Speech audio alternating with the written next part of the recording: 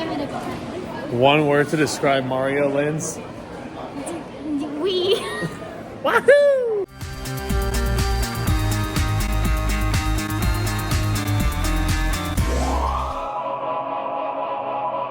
Well, surprise, ladies and gentlemen, I am not in fact dead. I'm making a whole bunch of, I've been on vacation this whole time. I've been on vacation for about a week or so, taking part in WrestleMania, Disneyland, but I have my lovely girlfriend, Lindsey, here with me today. How are you doing? I'm good. Yeah? Yeah. What do we watch? The Mario movie. I don't remember what it's called. Oh boy, this has been a very polarizing topic of discussion ever since the cast came out. I have certainly had a bunch to say about a certain person in this cast. So what's your history with Mario, Lindsey? I love Mario Kart. I have played since I was little, but I played on the Wii. So I did not play on the Switch. Well, now I play on the Switch because now I have a Switch. But I did not grow up playing Super Mario Bros. I did not grow up playing any of the other stuff. I tried it, but it wasn't my thing. But I love Mario Kart to my soul. Favorite thing, I will destroy you. She's calling me out live on camera here. I'm so sorry, but not. So what's our premise here? With help from Princess Peach, who's voiced by Anya Taylor-Joy, Mario, played by Chris Pratt for some reason, gets ready to square off against the all-powerful Bowser, played by Jack Black, in a great casting choice, all to stop his evil, devious plans of conquering the world. Yeah, that's all a villain's motivation really is, right? So as far as my history with Mario goes, I mean, I grew up playing the GameCube. That was my first Nintendo console, and I saw that Nintendo was actually teaming up with Illumination Entertainment, who is known for Despicable Me, Minions, good God, Secret Life of Pets, Sing movies as well. Yes, the Sing movies. Yeah, it's been a long vacation. I'm trying to remember, like stuff off the top of my head here. But yeah, this movie, going into it, could have done nothing but surprise me. Lindsey and I went, and what was your first impression? I liked it. I liked it a lot. Honestly, I had no expectations going in because I didn't really read the synopsis or watch the trailers or anything. I just kind of knew that it was going to be this like magical kind of movie, and I was kind of worried because I love Mario Kart and I didn't want it to get ruined completely, but it did not. It was really good. To my surprise, I would definitely watch it again. So you'd watch it again. I would watch it again. You know what's crazy is this movie could have done nothing but surprise me. I've had my stuff to say about Chris Pratt being cast as Mario. Like on certain live streams, I've said this movie was going to be awful, so I went in, could do nothing but surprise me, and that's exactly what it did. And I had a really fun time with it. And I don't know if that's just because I was with you or anything like that, obviously, but I mean, there was a lot to enjoy about this. It was just really, really fun from start to finish. It's a really easy watch at around 90 minutes or so. I think obviously the biggest praise behind this movie is going to be the animation because, I mean, look at these images, my friends. They're colorful. They pop off the screen. The characters look exactly like they do in the Nintendo games. It's almost like the graphics have been updated to a 2023 realm. It almost looks more like a PS5 game rather than a Nintendo game, which I think is more so of a compliment, more so than anything. But like I give Illumination credit where it's due. It's been very hit or miss for me, but I think they blew my expectations out of the water. And you like Illumination movies more than I do. I do. I love Minions. I'm so sorry. I love Minions. I love all of the Despicable Me movies. Sing ones are okay. They're not my thing, but I do love them. So it was good to add this to that collection. And I also love the animation. It was really, really gorgeous. Like it was really good. Yeah, absolutely. So what did you think of the video game tie-ins with how the levels were? I loved it because I didn't know how much they were going to include, if it was going to be like just like a copy of the game or something, or if they were going to just completely ignore half of the games, because there's like, it's not just Mario Kart. There's Super Mario Bros. There's the Super Smash or whatever. They've got all the new ones too. And they had more than I thought they would in there, and I really liked it and really appreciated it. So seeing all those aspects used in a different way, like in a movie format, was really, really cool. These video game levels were just so freaking awesome, guys. Like, the way that it was all presented, the question mark crates that would pop up, just a wonderful video game tribute. And I gotta say, there were a lot of really great Easter eggs thrown into the mix here. Like, I don't want to... Obviously, this is going to be spoiler-free because, I mean, I want you guys to check it out, even though it's been out for a few days and everything like that. But I love the Nintendo homages. Like, there's a point where one certain character has a ringtone that's just the GameCube intro, and that got a huge pop out of me. I really dug that. So what were your thoughts on the casting here? Like, how do you think overall this, like, crop of performers did? I think it was good. I honestly didn't know how I would feel about, like, Mario's voice and stuff like that with Chris Pratt, but it was actually pretty good. I do wish there was more, like, accents in it, though, because that's originally, he has, like, a huge, like, Mario and Luigi, they're all known for their, like, really, really big accents, I think. But I still think it was really, really well done, and Peach's voice could have been slightly higher.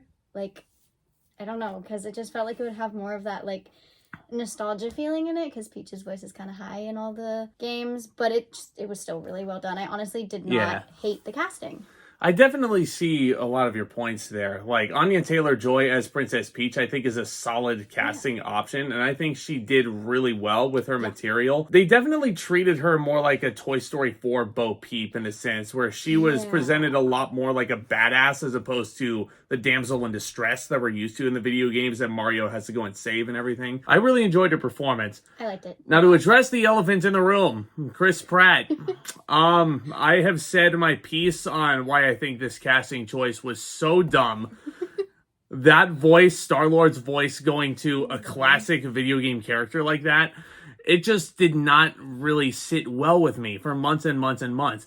So I'm listening to him do his performance these first few minutes, and I didn't mind it, but then as the movie progressed, I started to hear a lot more Chris Pratt seek in, and I was sitting there like, I'm just hearing you do Star-Lord, I'm just hearing you do Barley, you know, I'm not hearing you do necessarily Mario, per se, if that makes sense. So, it's a lot different from his performance in the Lego movie, in a sense, because he can do his Chris Pratt shtick in there, right? He can be himself, because Emmett is a completely original character. This is one of the most iconic video game characters of all time, and he's stepping in here being his usual Star-Lord, like like his usual scruffy looking dude self, and I'm like, I don't know, like, I need to watch it again, maybe I need to give it another chance, but as the movie progressed, it didn't really sit all that well with me, unfortunately. I gave him a shot, but I was like, man, it could have been so much better, because all these other supporting characters are just throwing their all into it. Your favorite character was Toad, wasn't it? I love Toad! Oh my gosh! Toad was, like, exactly the same in the games as he was in this film, and it made me extremely happy, because to me, Toad is just like, I don't know. I never really play as Toad, but I love seeing Toad in all the games, and just absolutely hilarious and, like, cute. Really funny. I think he's cute, but it was very fun to see him step into this movie as more of, like, I loved it. I don't even know the word to describe it. It was just really, really cool to see him. Every time he came on screen, I really wanted to just scream out, Toad! But I couldn't because I was in a movie theater with other people. And he is voiced by the one and only Keegan Michael Key, who is one of my favorite comedians out there, along with Jordan Peele. Like, you wouldn't be able to tell that it's him. Yeah. And that's what I wanted across the board. You know, like Chris Pratt, Anya Taylor-Joy didn't exactly bring that to the table, but thankfully we had people like Keegan Michael Key bring their own flavor to it. Speaking of, we got to talk about Bowser. Might have been my favorite character. He is designed so freaking cool. He looks so freaking menacing. But underneath, voiced by Jack Black, this is such a geeky performance. And I'm not going to give away everything that this character has and all the gimmicks that he has, but oh my god, it was so fun to watch him. And I don't know if they, like, auto-tuned his voice to make it sound deeper. I don't know what he was doing, but I really, really dug what they did with Bowser in this movie. Too. He had me on the floor. Had me in stitches. He does have, I don't know if I should give this part away, but he had a couple of musical numbers thrown into the mix. That part you could definitely tell that it was Jack Black from School of Rock just kind of peeking through, but I really enjoyed the performance. Really enjoyed Seth Rogen as Donkey Kong as well.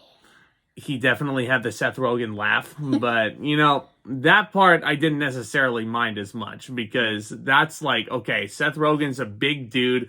He can be very geeky, and Donkey Kong is very geeky in this film. Yes, very much so. You know, across the board, this movie was just really freaking fun, guys. It really blew my expectations away. The animation, really freaking colorful. I like the all-star cast that they assembled for it. The soundtrack choices as well. Soundtrack was beautiful. I loved it because they incorporated, you know, just some, like every movie does. Every movie incorporates just different types of pop songs or just songs that are relevant now, but they also incorporated stuff from the games, and that was really fun to hear, like a combination of both things. Oh, yeah. No, totally. It really did feel like, and I hate to be the Chris Pratt kind of guy, but it felt like a Guardians of the Galaxy soundtrack, in all honesty.